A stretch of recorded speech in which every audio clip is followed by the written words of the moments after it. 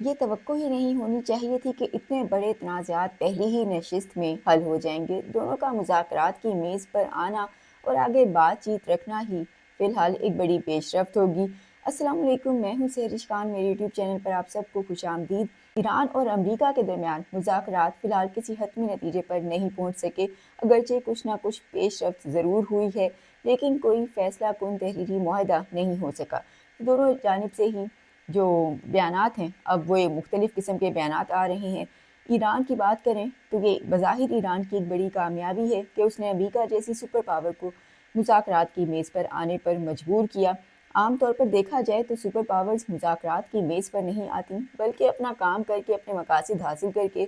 چلی جاتی ہیں، لیکن یہاں معاملہ کچھ اور تھا۔ ایرانی قوم نے، ایرانی اسٹریٹجی نے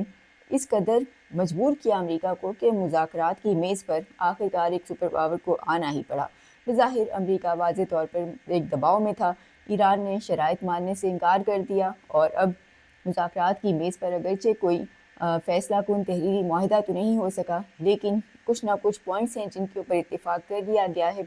اور بظاہر مذاکرات میں سب سے پہلے ایران کی پوزیشن کو دیکھ لیا جائے تو ایران ایک مضبوط پوزیشن کے ساتھ شامل ہوا، جبکہ دوسری جانب امریکی صدر ڈونلڈ ٹرمپ کی اپنی یہ ضرورت تھی کہ فی الحال اس جنگ کو ختم کیا جائے۔ بظاہر وہ اس جنگ کے اندر پھنس چکے تھے اور اب اس جنگ سے نکلنے کا راستہ تلاش کر رہے تھے، لیکن اب ایرانی وفد جس طریقے سے اس وقت اس مذاکرات کی میز پر سامنے آیا، یقینی طور پر وہ قابل تعریف بھی ہے۔ اور ایرانی وفد اپنے ہمراہ ایک اسکول کے جو بچے جو شہید ہو گئے تھے، تو ان کی تصاویر، ان کے بیگز، ان کے جوتے، وہ سب کچھ اپنے ساتھ اس جہاز کے اندر وہ لوگ رکھ کے لائے اور اس عالمی سطح پر یہ پیغام دیا کہ وہ اپنے شہداء کی قربانیوں کو ہرگز نہیں بھولے اور کسی قسم کا سمجھوتا، کسی قسم کا سودا ان کی قربانیوں پر نہیں کیا جائے گا۔ دوسری جانب اب ڈونلڈ ٹرمپ کی بات کر لیں تو بظاہر اب مذاکرات نہ ہونے کے بعد، جبکہ یہاں سے امریکی وفد بھی جا چکا ہے، ایرانی وفد بھی جا چکا ہے، تو اب ایسی صورتحال کے اندر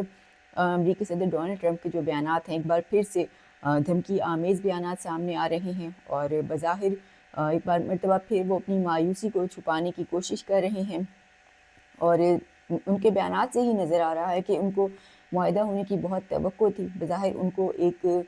فیس سیونگ جو چاہیے تھی، شاید ان کو توقع تھی کافی حد تک کہ ان کو اس مذاکرات کی میز پر مل جائے گی، لیکن وہ فوری طور پر ممکن نہیں ہو سکا۔ امریکی نائب صدر جے ڈی وینس نے کہا ہے کہ طویل مذاکرات کے باوجود کوئی معاہدہ نہیں ہو سکا۔ انہوں نے اسے کہا کہ یہ امریکہ سے زیادہ بری خبر ایران کے لیے ہے۔ امریکی نائب صدر کا اپنا یہ بیان بظاہر ایک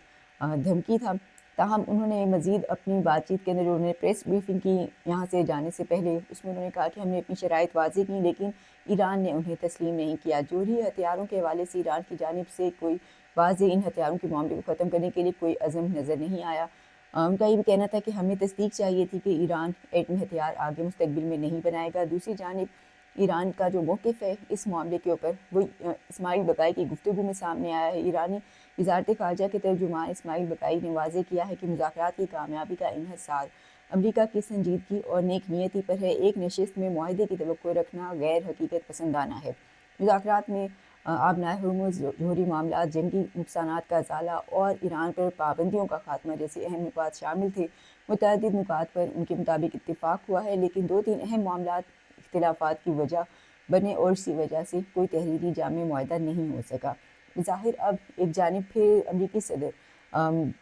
پھر سے وہی گفتگو کر رہے ہیں جو پہلے بھی وہ کرتے تھے کہ امریکہ جیت چکا ہے، ایران ہار چکا ہے۔ بظاہر نظر آ رہا تھا کہ اگر امریکہ جیت ہی چکا تھا تو پھر مذاکرات کی میز پر آنے کی تو کوئی ضرورت ہی نہیں تھی۔ دوسری جانب ایک اور ان کا بیان، اب معاہدہ نہ ہونے کی صورت میں جبکہ امریکی نائب صدر اور وفد یہاں سے جا چکا ہے، تو اس صورت میں اب وہ چین کے حوالے سے بھی ان کا ایک بیان سامنے آیا ہے جس میں انہوں نے کہا ہے کہ، اور چین کو دھمکی دیتے ہوئے انہوں نے کہا ہے کہ اگر چین نے ایران کو ہتھیار فراہم کیے تو اس کے سنگین نتائج بھگتنے ہوں گے۔ بظاہر وہ ایک بار پھر سے دعویٰ بھی کر رہے ہیں کہ امریکہ نے آبنائے ہرمز سے ایرانی بارودی سرنگیں صاف کر دی ہیں اور ایران کی بحری کشتیاں بھی تباہ کر دی گئی ہیں۔ دوسری جانب ایران نے اب بھی ان تمام دعووں کو جھوٹ پر مبنی قرار دیتے ہوئے انہیں مسترد کر دیا ہے۔ اس تمام صورتحال میں ان کی وجہ بننے والا اسرائیل، اس کی صورتحال پر بات کر لیں تو اسرائیل کے اندر اس وقت صورتحال تیزی کے ساتھ بدل رہی ہے اور بین الاقوامی میڈیا کے مطابق بھی اسرائیل کے اندر وزیر اعظم اسرائیل